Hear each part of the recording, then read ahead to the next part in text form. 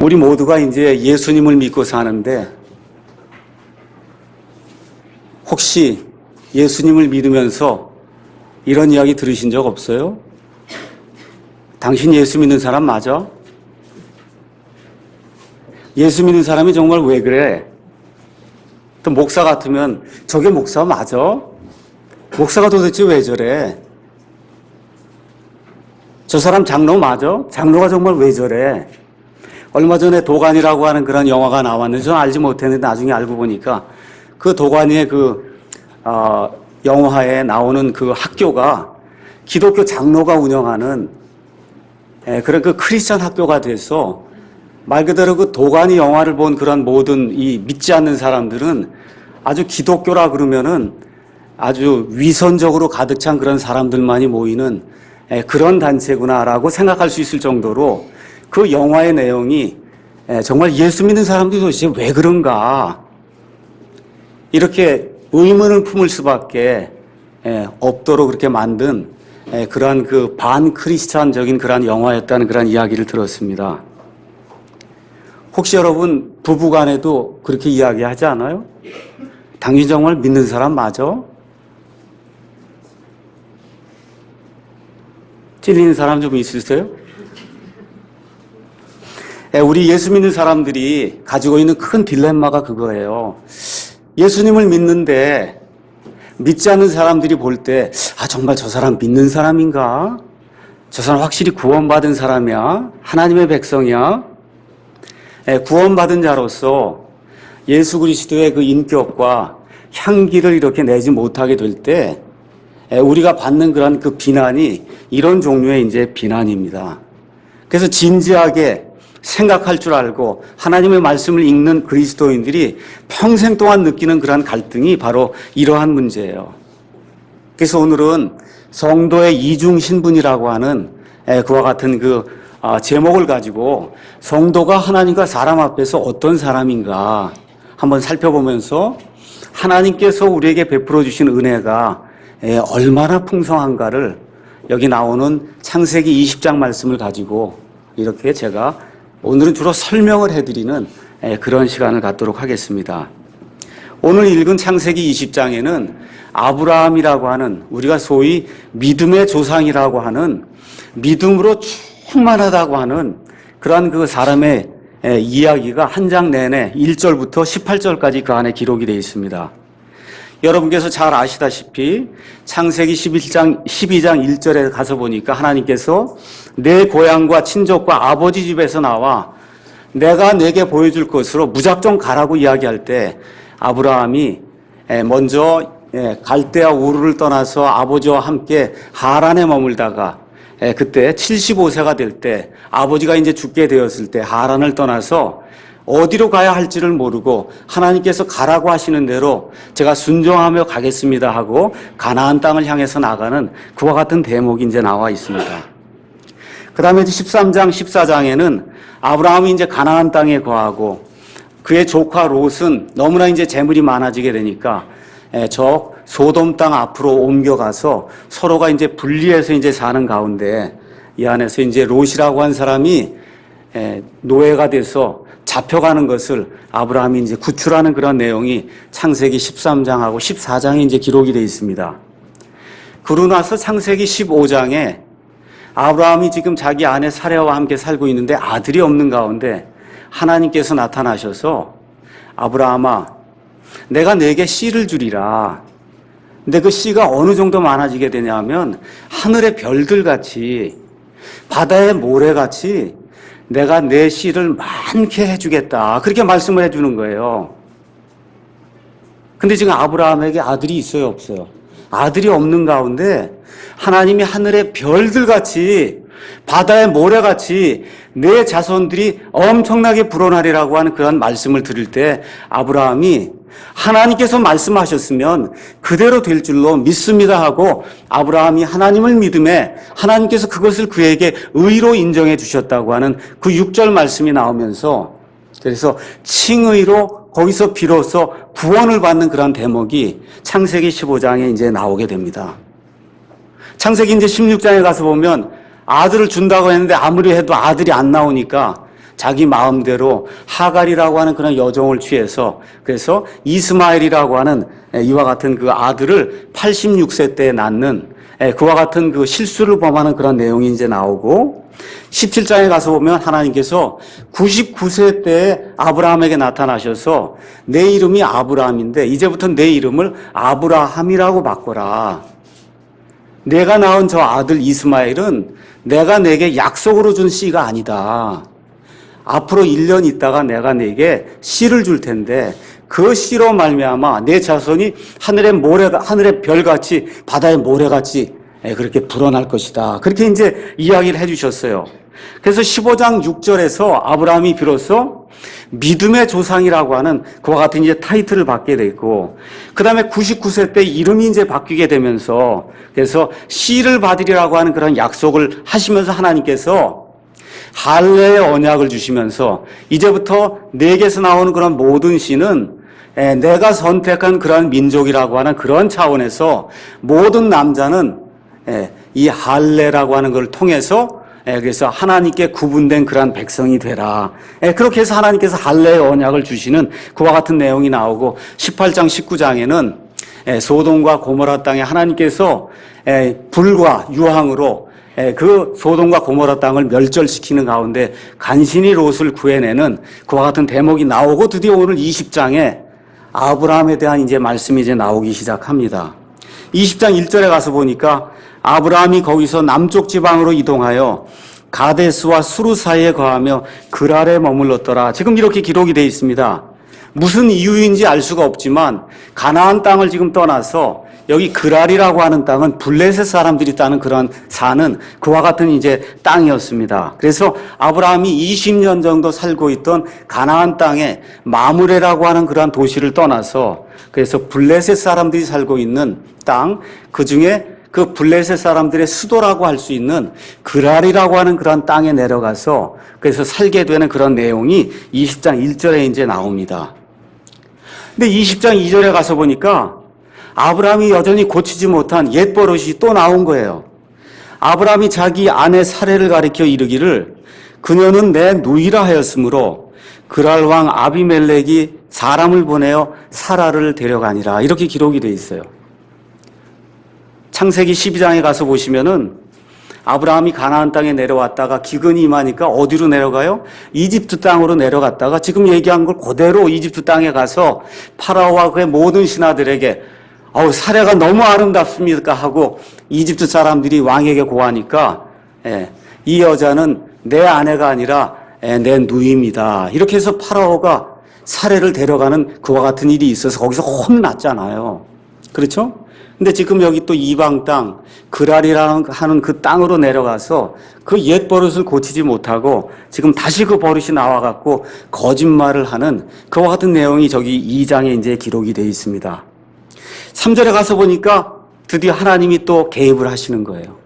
과거의 이집트 땅에서 파라오에게 하나님께서 개입하셨듯이 이대로 두면 안 되잖아요. 지금 아브라함에게 이미 17장에 99세에 나타나셔서 내가 내게 씨를 줄 테니까 1년 있으면 내가 씨를 받아서 아들을 낳으리라고 지금 얘기를 했는데 지금 누가 데려갔어요? 아비멜렉이라고 하는 이방인의 왕이 지금 데려가서 사례를 아내로 취하면 그러면 하나님의 약속이 이루어지지 않잖아요. 그러니까 하나님이 지금 개입을 하시는 겁니다.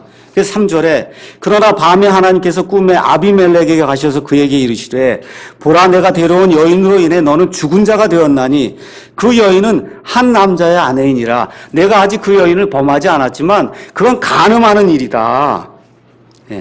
그렇게 이야기할 때 아비멜렉이 너무나 두려워서 즉각적으로 자기의 행동을 바꾸는 그와 같은 내용이 이제 3절, 4절에 이제 기록이 돼 있어요. 그러니까 4절에 아비멜렉이 그녀에게 가까이 가지 아니하였으므로 그가 이르되 주여 주께서 의로운 민족도 죽이려 하시나이까.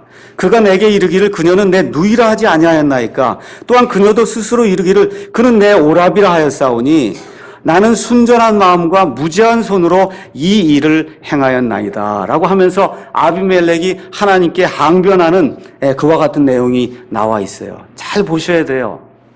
지금 거짓말은 누가 했어요? 아브라함과 사라가 했어요. 죄는 누가 지었어요? 믿는 사람이 죄를 지었어요. 아비멜렉이 죄를 지은 거 있어요? 없어요? 없어요. 아비멜렉은 믿지 않고 불신자로서 지옥에 들어갈 수밖에 없는 그 사람인데 아비멜렉은 잘못한 게 하나도 없어요.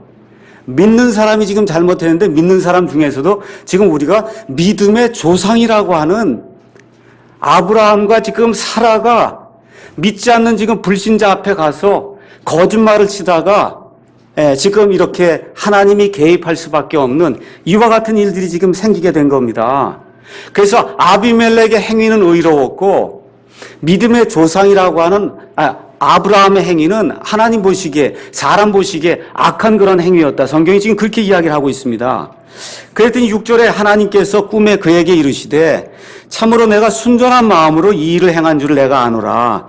나 역시 너를 막아 내게 죄를 짓지 아니하게 하였나니 이런 까닭에 내가 그녀에게 손대는 것을 내가 허락하지 아니하였노라 하면서 하나님께서 여기서 두 가지 교훈을 우리에게 주세요.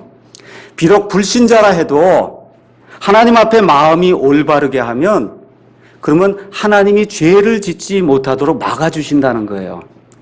심지어 불신자도 이러한데 우리 성도들이 하나님 앞에 순수한 마음과 의로운 마음과 바른 마음으로 살려고 하면 지금 아비멜렉이 속임을 당했잖아요. 그럼에도 불구하고 죄를 짓지 못하도록 하나님이 막아주신다는 겁니다. 그 다음에 또 우리가 배워야 될 또 그 교훈은 뭐냐 하면 하나님은 신자든지 불신자든지 심판을 내리기에 앞서 반드시 먼저 경고를 주신다는 거예요. 하나님이 경고를 주지 않고 사람을 그냥 직접 지옥으로 보낸다든가 사람을 직접 심판하는 그런 일은 성경에 나와 있질 않습니다. 노아 시대에 노아의 그 8명만을 빼고는 온 세상에 살던 수십억의 사람들이 다 죽었어요. 하나님께서 120년 동안 노아라고 하는 이 하나님의 대언자를 통해서 하나님의 심판이 임할 것을 경고해 주셨는데도 불구하고 이 사람들이 듣지 아니할 때 하나님께서 온 세상을 덮는 그런 물의 홍수로 온 세상 사람들을 몰살시키는 그와 같은 대목이 나옵니다. 그래서 여기 나와 있는 6절 말씀을 통해서 하나님은 심지어 불신자에게도 심판을 내리기 전에 경고를 주셔서 그래서 하나님의 경고를 듣고 돌이킬 수 있는 그러한 기회를 주시는 분이구나 하는 사실을 우리가 이 말씀을 통해서 알 수가 있습니다. 자, 이 말씀이 끝난 다음에 7절, 8절에 가서 보니까 그러므로 이제 그 남자에게 그의 아내를 돌려보내라. 그는 대언자이므로 그가 너를 위하여 기도하리니 내가 살려니와 만일 내가 그녀를 돌려보내지 아니하면 너와 내게 속한 모든 것이 반드시 죽을 줄 알지니라 하시니라. 8절에 가서 보니까 그러므로 아비멜렉이 아침에 일찍 일어나 늦게 일어난 게 아니에요. 아침에 새벽같이 일어나 자기의 모든 종을 불러 그들의 귀에 이 모든 일을 말하며 그 모든 사람들이 심히 두려워하더라. 이렇게 기록이 되어 있어요. 믿지 않는 사람이에요. 하나님의 경고의 말씀을 들었어요. 듣고는 두려움에 차서 즉각적으로 행동을 하는 그런 모습이 지금 이 안에 기록이 되어 있습니다.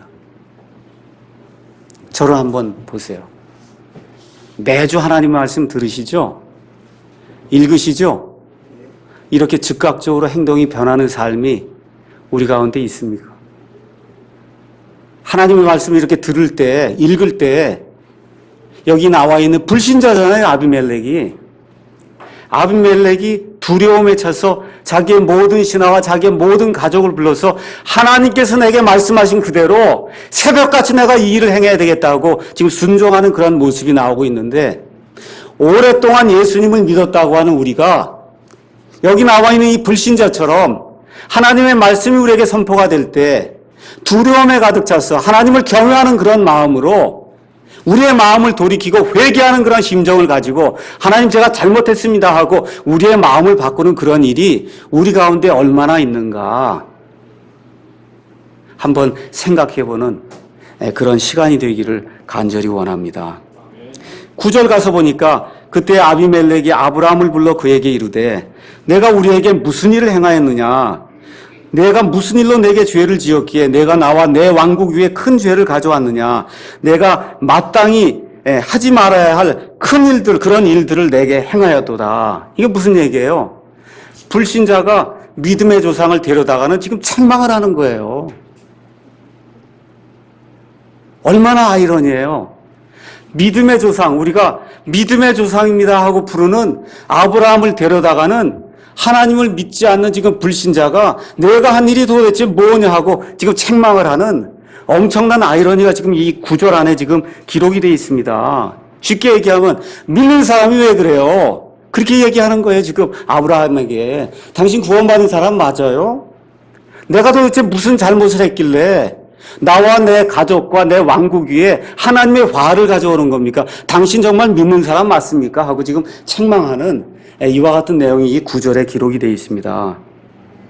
10절 11절 가서 보니까 아비멜렉이 또 아브라함에게 이르되 내가 무엇을 보았기에 이 일을 하였느냐 하니 아브라함이 이르되 그 까닭은 분명히 이곳에는 하나님을 두려워함이 없으므로 내 아내로 인해 그들이 나를 죽일 줄로 내가 생각하였기 때문이다. 지금 이렇게 기록이 되어 있어요. 잘 보세요. 우리가 하나님 앞에 나갈 때 믿음으로 나아가요? 아니면 보는 것으로 나아가요? 믿음은 보는 거예요? 보지 않는 거예요? 근데 지금 아브라함이 어땠다는 거예요? 봤다는 거예요. 하나님을 믿음으로 의지하지 않고 주변 상황을 이렇게 가만히 보고는 여기 있으면 내가 죽겠구나. 하나님을 의지하지 않고는 마음의 상상 속에서 자기가 생각을 하고는 믿음의 조상이라고 불리는 그 사람이 믿음의 행위를 하지 못하고 주변에서 일어나는 그런 일들을 가지고는 그 일들로 인해서 두려움에 가득 차서 불신자 앞에 가서 거짓말을 했다고 하는 그와 같은 내용이 이 안에 이제 기록이 되어 있는 겁니다. 12절 13절 가서 보니까 또 그녀는 참으로 내 누인이라 그녀는 내 어머니의 딸은 아니라 내 아버지의 딸로서 내 아내가 되었는 이건 사실이에요. 근데 뭐가 거짓말이냐?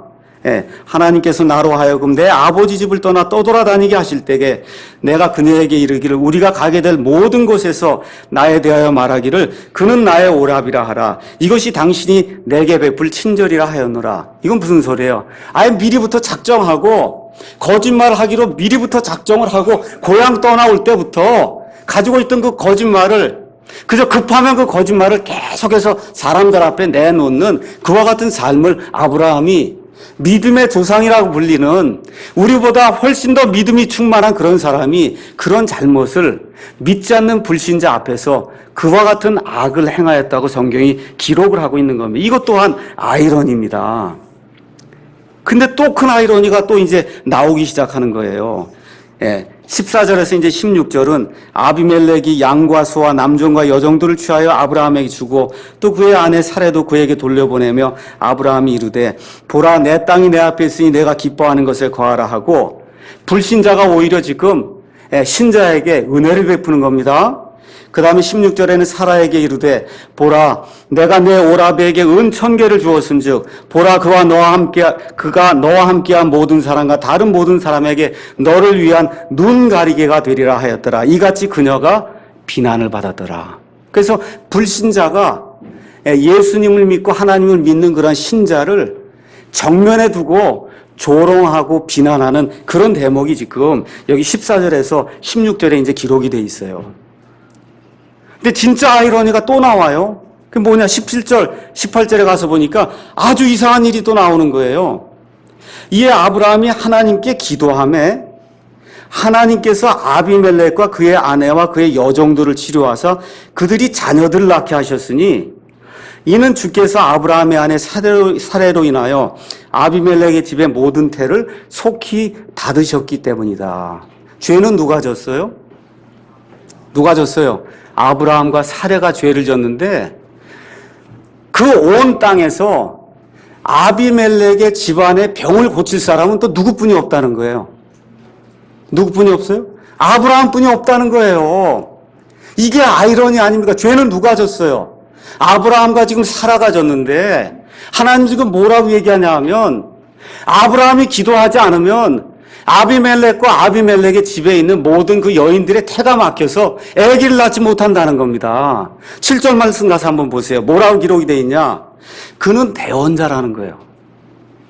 쉽게 얘기하면 그는 목사라는 거예요.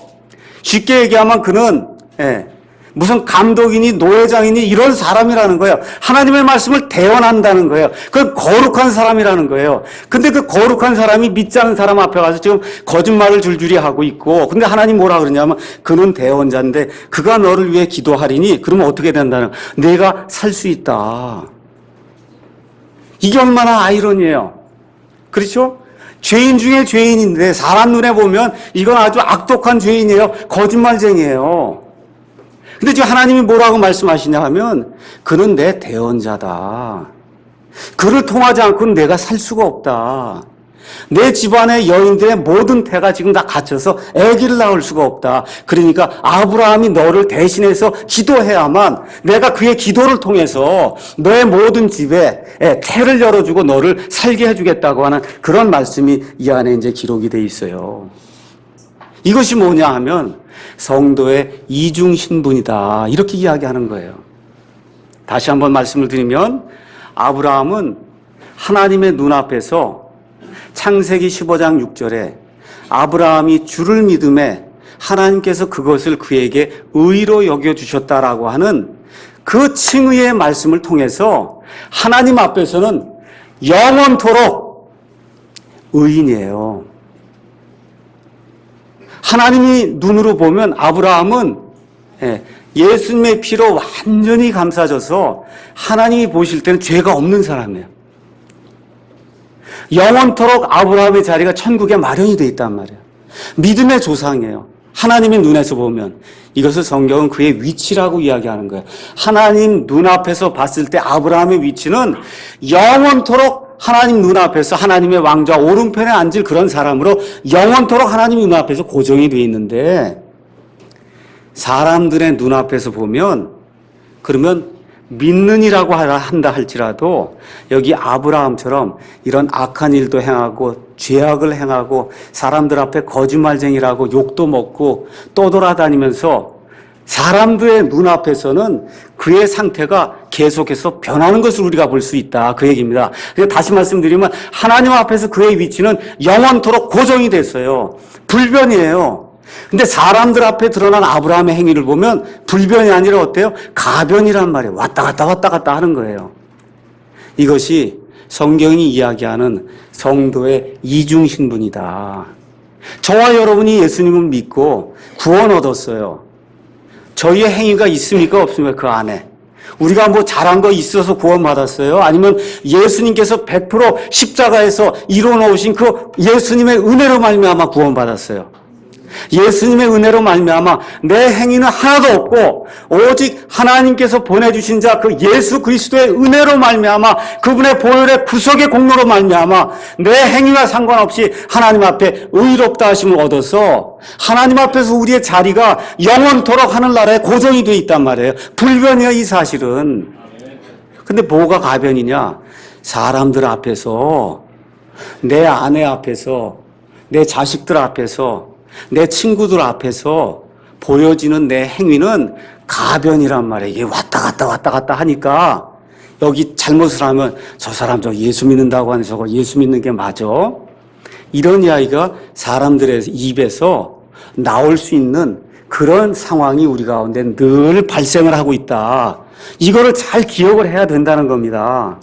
구원받은 사람들 가운데 두 부류의 사람이 있어요.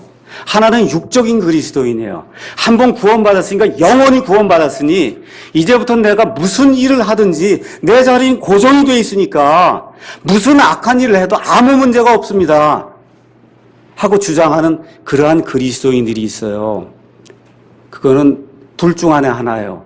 그건 아직 구원받지 못했는데 구원받은 걸로 착각을 하는 그런 그리스도인이고, 하나는 구원은 받긴 받았는데 아직 영적으로 자라지 못해서 하나님의 은혜가 무엇인가를 제대로 깨닫지 못하는 그러한 육적인 그리스도인이에요.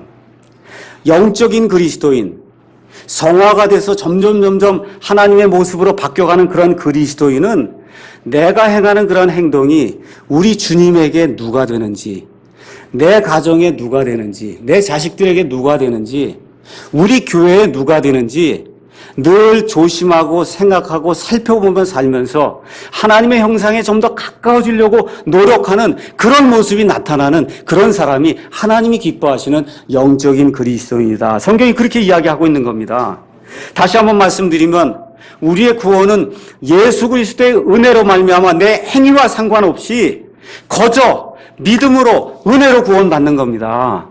맞습니까? 이렇게 돼서 우리의 위치는 하나님 앞에서 영원 불변토록 고정이 되어 있는 거예요. 그래서 여러분이 이제 히브리서 11장 나중에 집에 가셔서 한번 보세요. 히브리서 11장 8절에서 19절 가서 보면 믿음장 안에 아브라함과 사라의 믿음에 대한 이야기가 쭉 나오는데 하나님이 보실 때에는 아브라함과 사라를 믿음이 충만한 사람으로 잘못이 없는 그런 사람으로 봐주신다는 거예요. 그 믿음장에 가서 보면 유명한 사람이 하나 나와요. 또 누가 나오냐면 삼손이라고 하는 사람도 믿음의 사람이라고 나오는 거예요. 삼손이 쉽게 얘기하면 개망난이잖아요. 맞습니까? 그렇죠? 창녀하고 가서 잠을 자고 술을 퍼먹고 그렇죠? 하나님의 영이 임하면 가서 그냥 하나님의 사람들을 위해서 일하고 이게 도대체 하나님의 사람인지 아닌지 알 수가 없을 정도로 개망나니 같은 그런 삶을 살았는데 히브리서 11장 가서 보니까 32절에 삼손이 믿음의 사람이라는 거예요. 왜 그래요? 하나님의 앞에서 보면 삼손의 위치가 영원토록 불변이라는 겁니다. 그런데 그에게 육적인 것이 남아있어서 사람들 앞에서는 삼손 저거 사람 예수 믿는 사람이 맞는가 할 정도로 그러한 엄청나게 실수를 많이 저지른 그런 사람이었다. 성경이 지금 그렇게 이야기를 하는 겁니다. 그래서 저와 여러분이 예수님을 믿으면서 우리의 자리가 하나님 앞에서 영원토록 고정이 돼 있음에도 불구하고 사람들 앞에서 우리의 행위가 올바르지 못하면 먼저 누구에게 폐를 끼쳐요?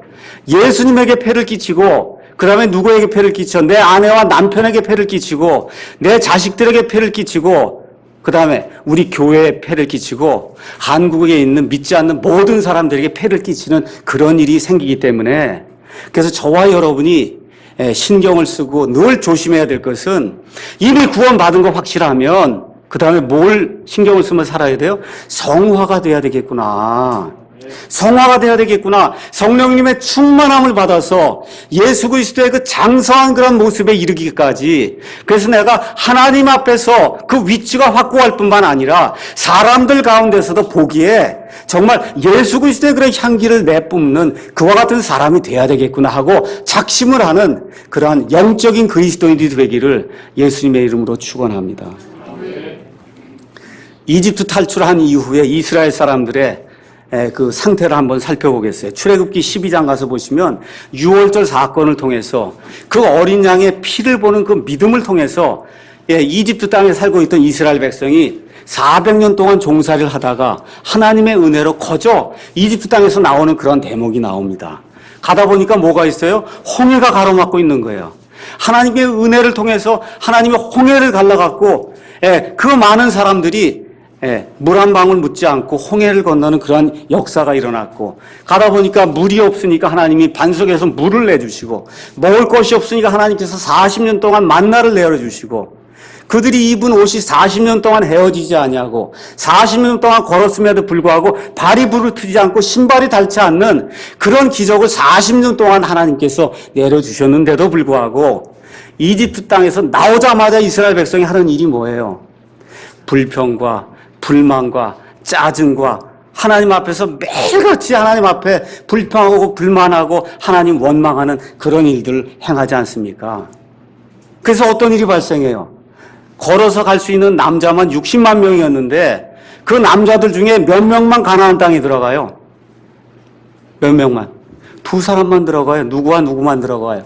여호수아와 갈렙만 들어가고 나머지 59만 9,998명은 남자들 중에 다 어디서 광야에서 죽게 됐어요. 이집트에서 구원받은 사람들이에요. 근데 나오는 행위는 다 어때요? 그냥 사악한 행위가 40년 동안 나온 거예요. 하나님 보시기엔 구원받은 사람들입니다. 심지어 모세도 들어가지 못했어요. 자, 이러는 가운데 민수기 가서 한번 보겠습니다. 민수기 22장에서 24장에 가서 보면은 그러면 이 모압의 발락이라고 하는 그러한 왕이 이스라엘 백성이 자기에게 다가오는 것을 보고 발람이라고 하는 그 대언자를 고용해서 이스라엘 백성을 저주하려고 하는 그런 내용이 이제 그 안에 나오고 있습니다. 그래서 이 발람이 저주를 하려고 하는데 발람에 비해서 저주가 나오지 아니하고 23장 7절 보겠어요. 23장 7절. 발람의 입에서 이스라엘 향한 저주가 나오지 아니하고 이스라엘을 축복하는 그런 내용이 나오는 거예요. 7절 제가 가서 한번 읽겠습니다. 발람이 비유를 지어 이르되 모압 왕 발락이 나를 아람으로부터 동쪽 산지에서 데려와 말하기를 와서 나를 위해 야곱을 저주하라. 와서 이스라엘을 꾸짖으라 하는도라. 40년 생활이 다 끝난 다음에 이제 가나안 땅에 들어가려고 하는 그 시점에 이스라엘을 저주하라고 지금 데려왔다는 겁니다. 근데 8절 가서 보니까 뭐라고 돼 있냐면 하나님께서 저주하지 아니하신 자를 내가 어찌 저주하며 주께서 거부하지 아니하신 자를 내가 어찌 거부하리요. 광야 생활 40년 하면서 매일같이 불평하고 원망하고 하나님께 불만을 품었던 그 사람인데 하나님 뭐라 그래요? 내가 저주하지 않은 백성이다. 내가 거부하지 않은 백성이다. 이 이스라엘은. 9절에 또 뭐라고 얘기하냐면 내가 바위들 꼭대기에서 그를 보며 작은 산들에서 그를 바라보나니 보라 이 백성은 홀로 거할 것이요 민족들 가운데 하나로 여겨지지 아니한다. 민족들 중에 으뜸이 될 그런 민족으로 하나님이 선택해 놓으셨다는 겁니다. 10절에 누가 능히 야곱의 티끌을 셀 수 있으며 이스라엘의 4분의 1을 셀 수 있으리요. 나는 의로운 자의 죽음으로 죽기를 원하며 나의 마지막이 그의 마지막 이스라엘의 마지막과 같이 되기를 원하노. 나는 이스라엘이 하나님 앞에서 의로운 자로 택함을 받은 것 같이 의로운 자로서 죽기를 원하노라 라고 지금 발람이 이야기하는 그런 대목이 나와요. 이거는 하나님 앞에서 이스라엘의 위치를 이야기하는 거예요. 그들이 광야에서 불평불만했던 내용은 그거는 사람으로서 할 수 없는 그런 사악한 그런 행동이었는데 하나님이 내려다 볼 때는 어떻다는 거예요? 나의 택한 자다. 내가 저주하지 않은 자다. 내가 축복한 자다. 의로운 자다. 내가 선택한 그런 민족이다. 이 백성이 이 땅에 티끌같이 많아지겠다. 하나님 지금 그렇게 이야기해 주시는 겁니다. 23장 18절에서 또 23절에 가서 또 뭐라고 나와 있냐면 그가 비유를 지어 이르되 발락이여 일어나 들을지어다. 너 십볼의 아들이여 내 말에 귀를 기울일지어다. 잘 들으세요. 하나님은 사람이 아니시니 거짓말하지 않는다는 거예요. 내가 이 백성을 택해서 나의 택한 자로 삼았기 때문에 내 앞에서 이 사람의 위치는 영원 불변토록 고정이 되어 있다는 겁니다. 사람의 아들이 아니시니 뜻을 돌이키지 아니하신다는 거예요. 하나님 앞에서 이 이스라엘은 나의 선택한 자라는 겁니다. 아브라함이 거짓을 행하고 거짓말을 많이 했음에도 불구하고 아브라함은 내가 선택한 자로서 내가 뜻을 바꾸지 아니한다는 거예요. 그분께서 말씀하셨은즉 그것을 행하지 아니하시리요. 그분께서 이루셨은즉 그것을 실행하지 아니하시리요. 20절 다 같이 읽어보겠어요. 보라 축복하라는 명령을 내가 받았고 그분께서 복을 주셨은즉 내가 그것을 돌이킬 수 없다. 21절 그분께서는 야곱 안에서 불법을 보지 아니하시며 이스라엘 안에서 잘못을 보지 아니하셨다. 그만 읽겠어요? 잘 보세요. 야곱이 죄 많이 졌어요? 안 졌어요? 40년 동안 엄청나게 죄를 졌지요. 불평 불만의 죄가 가득 찬 내용이 지금 민수기에 가득 기록이 돼 있어요. 근데 하나님 뭐라 그래요? 하나님이 야곱 안에 불법이 없다는 거예요. 그렇죠? 이스라엘 안에 잘못이 없다는 거예요. 이건 뭘 얘기하는 거예요? 하나님 편에서 봤을 때 이스라엘의 위치가 이렇게 고정이 돼 있다는 겁니다. 40년 동안 그 불평 불만한 걸 다 갖다 놓고 보면은 사람들 앞에서 이스라엘의 상태는 왔다 갔다 하는 거. 하나님의 은혜가 내리면 감사합니다 하고 조금 전에 하루 지나서 물이 없으면 하나님께 원망하고 하나님께 삿대질하고 그 40년을 그러고 살았거든요. 그러니까 사람들 앞에서의 상태는 계속해서 왔다 갔다 하는 불면인데 가변인데 하나님 앞에서는 하나님 뭐라 그래요? 야곱 안에 불법이 없다는 거예요. 이스라엘 안에 잘못이 없다. 주 구의 하나님께서 그와 계시니 왕의 외치는 소리가 그들 가운데 있다. 하나님께서 그들을 이집트에서 데리고 나왔으니 그의 힘이 유니콘의 힘과 같다. 참으로 야곱을 대적할 요술이 없고 이스라엘 대적할 점술이 없다. 이때 야곱과 이스라엘에 관하여 말할진대 하나님께서 무슨 일을 이루셨느냐 하리로다 하고 사람들이 감탄할 수밖에 없는 이 민족이 바로 이스라엘 민족이다 하고 발람이 저주하는 대신에 하나님의 이 입술의 말씀을 통해서 이스라엘 백성을 축복하는 그런 내용이 이 안에 기록이 되어 있어요. 그러니까 성경 말씀을 읽으실 때 잘 기억을 하셔야 돼요.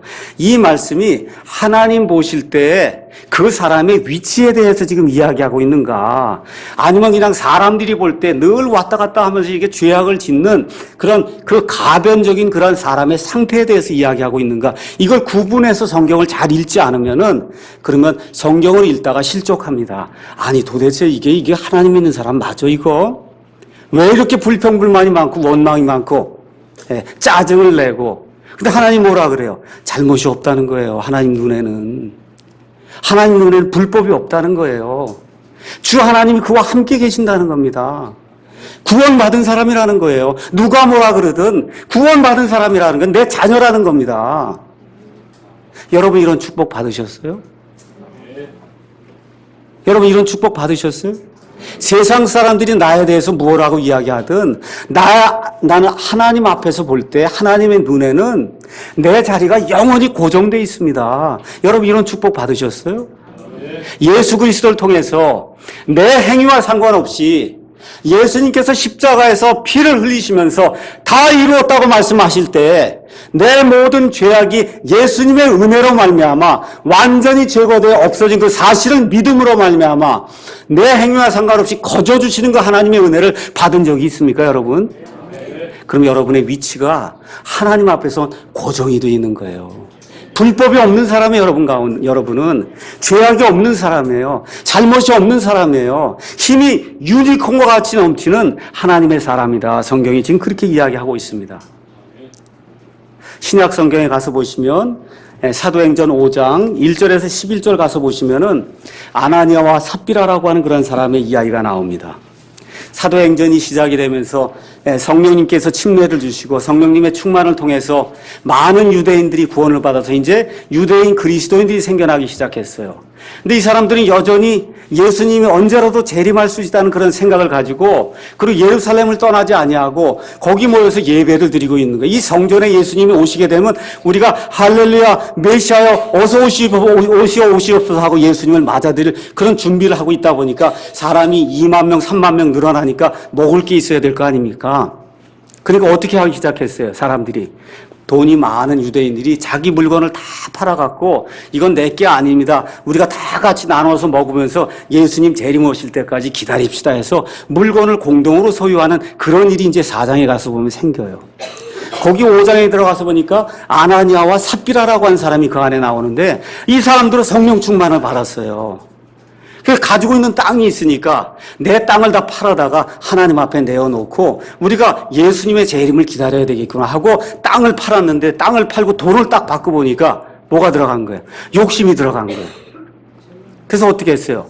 그 중에 일부만 가져다가 사도들의 발 앞에 둘 때 베드로가 이게 땅판값 전부냐 얘기하니까 뭐라 그래요? 그게 전부입니다.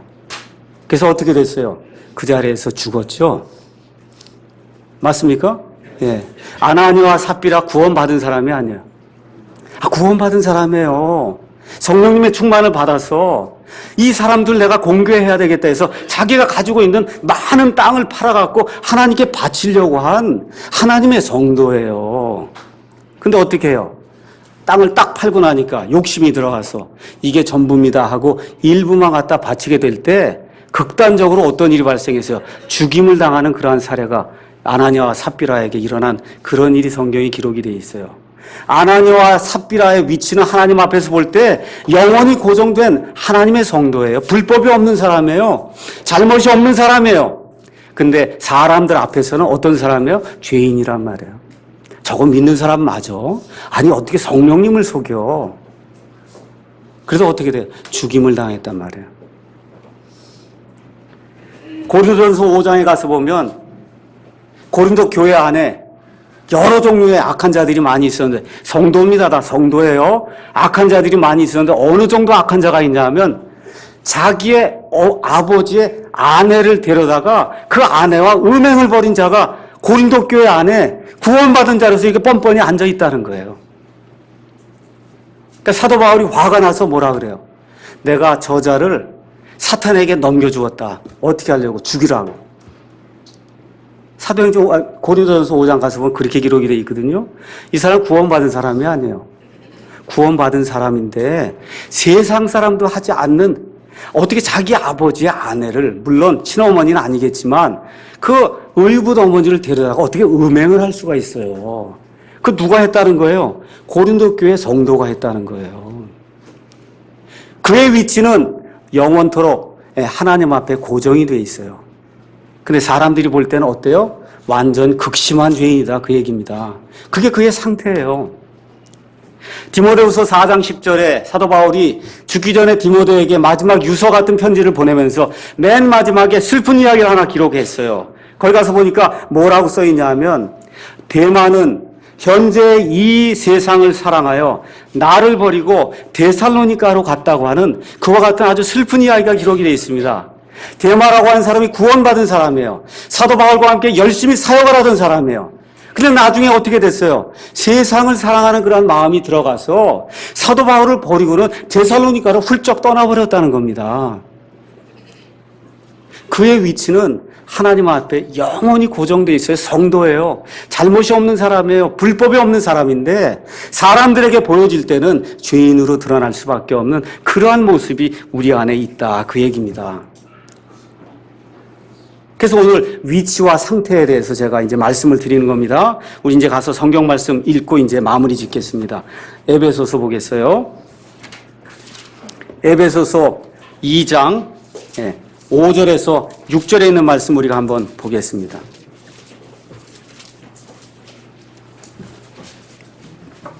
에베소서 2장 5절에서 6절 다 같이 읽겠습니다. 심지어 우리가 죄들 가운데서 죽었을 때 우리를 그리스도와 함께 살리셨고 너희가 은혜를 구원은 받았느니라. 또 함께 일으키사 그리스도 예수님 안에서 우리를 하늘의 처소들에 함께 앉히셨다. 앉히셨으면 이거 과거의 일이에요? 앞으로 할 일이에요? 하나님께서 그리스도 안에서 우리를 하나님의 왕좌 오른편에 이미 앉히셨다는 거예요. 이거 과거의 일이에요? 앞으로 일어날 일이에요? 우리가 예수 그리스도를 믿으면 몸은 여기에 있는데 이미 우리의 위치는 하나님의 왕좌 오른편에 하나님이 이미 앉혀놓았다는 거예요. 이미 끝났다는 거예요. 우리 위치는. 근데 4장 29절 가서 한번 보세요. 똑같은 말씀 중에 4장 29절 30절 말씀을 한번 보겠습니다. 다 같이 또 읽겠어요. 부패한 대화는 결코 너희 입 밖으로 내지 말고 오직 세워준 일에 쓸 좋은 것만을 말하여 그것이 듣는 자들에게 은혜를 끼치게 하라. 하나님의 거룩한 영을 슬프게 하지 말라. 그분으로 말미암아 너희가 구속의 날까지 봉인되었느니라. 잘 들으세요. 그러니까 예수 믿는 사람들 가운데로 부패한 말을 하는 사람이 있다는 거. 음담패설하고 교회 모여서 쓸데없는 얘기하는 사람들이 많이 있다는 거예요. 예수 믿는 사람들 가운데도. 그래서 거기 그렇게 하면 어떻게 되냐면 30절에 하나님의 거룩한 영을 슬프게 만드는 사람들이 있다는 거예요. 그게 우리의 위치라는, 우리 사람들 가운데 사는 가운데 우리의 상태라는 거예요. 성령님을 슬프게 만들 수 있다는 겁니다. 근데 그 다음에 뭐라고 기록이 되어 있어요? 그분으로 말미암아, 그 성령님으로 말미암아 너희가 구속의 날까지 봉인이 됐다. 아니, 하나님이 풀르다가 아예 쫙 붙여갖고 너는 내 사람이다 라고 하나님의 영을 통해서 하나님이 완전하게 그 위치를 영원 무궁토록 고정시켜 놨다는 거예요. 근데 사는 동안에 우리가 어떻게 할 수 있다는 거예요? 그 하나님의 영을 근심하게 하고 슬프게 할 수 있다. 성경이 지금 그렇게 이야기를 하는 겁니다. 맞습니까? 예.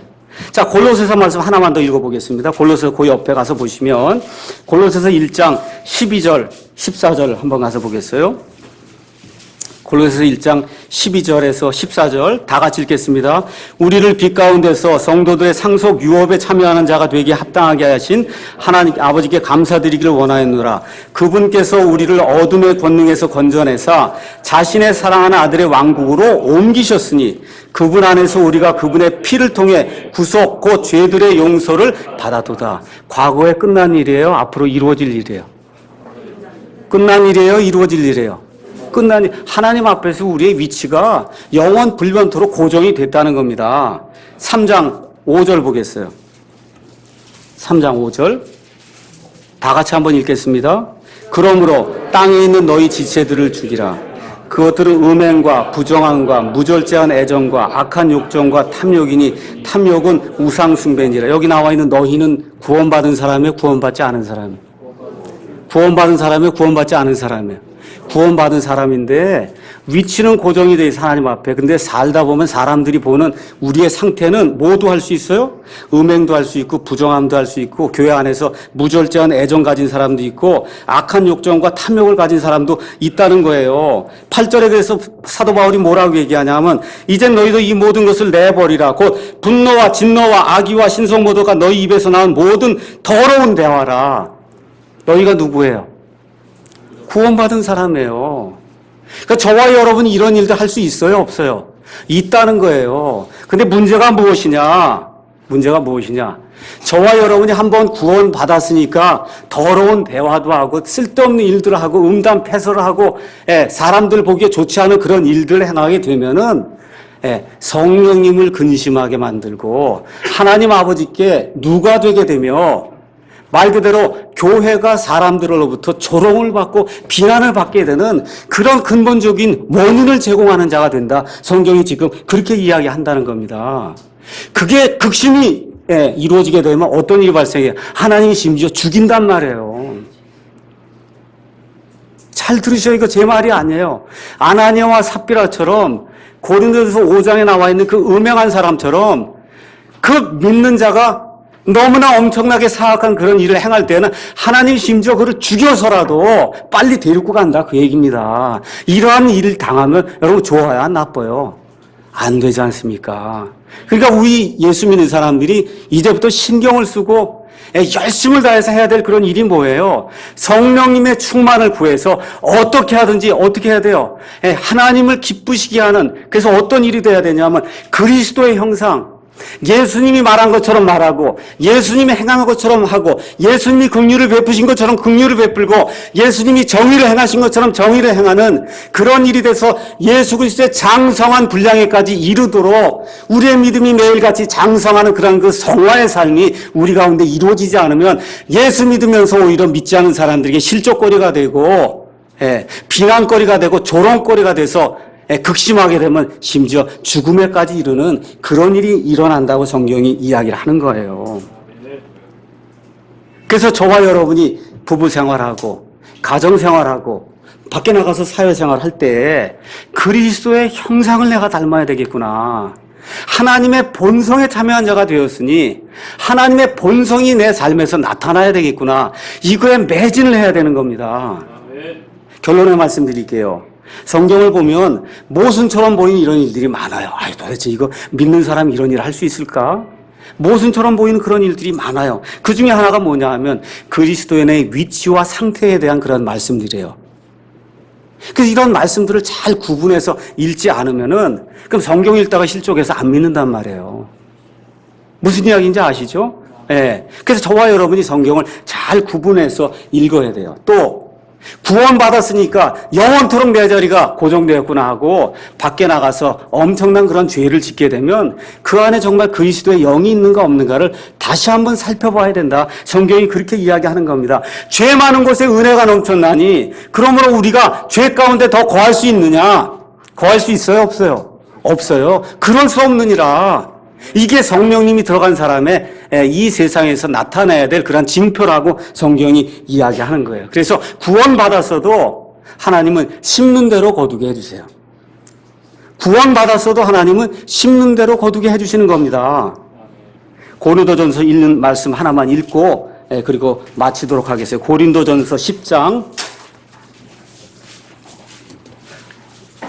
1절부터 12절에 있는 말씀 다 같이 읽고 그리고 설교 말씀 마치겠습니다.